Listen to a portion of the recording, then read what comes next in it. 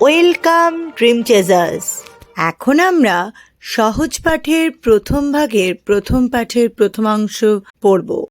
বনে থাকে বাঘ, গাছে থাকে পাখি, জলে থাকে মাছ। ডালে আছে ফল, পাখি ফল খায়, পাখা মেলে ওড়ে।